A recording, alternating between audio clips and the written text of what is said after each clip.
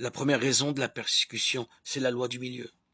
On utilise en général ce terme en un sens très particulier, le milieu étant celui des gangsters, des mauvais garçons, des trafiquants de drogue. Mais en vérité, chaque milieu n'a-t-il pas ses lois qui, pour être moins répréhensibles, n'en sont parfois pas moins contraignantes? Un milieu ne se sent en sécurité que s'il est protégé par des murailles qui empêchent ces infiltrations de nature à remettre en cause l'état de choses existant. Ces murailles n'évoquent pas seulement un milieu conservateur.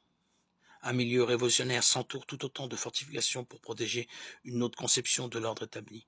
L'un et l'autre, et tous les milieux intermédiaires, ont tendance à défendre leur propre loi par une même violence.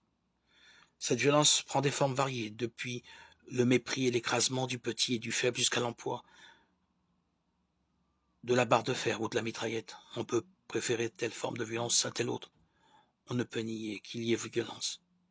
En fait, bien souvent, les hommes qui composent ces milieux défendent des lois qui les sécurisent. Le Christ et à sa suite le disciple apparaissent comme ceux qui opèrent une faille dans la muraille. Ils annoncent un bonheur étrange, qui ne se réalisera en plénitude que plus tard, un bonheur dont les assises ne sont pas habituelles à la société humaine. Un bonheur dans la pauvreté de cœur, sans recherche de victoire ni de conquête.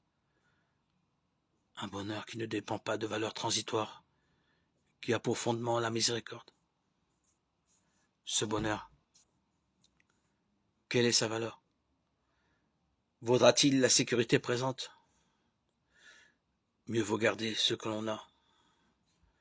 Le réflexe humain est donc d'exclure le disciple de la cité humaine d'une manière ou d'une autre, afin que les murailles tiennent debout.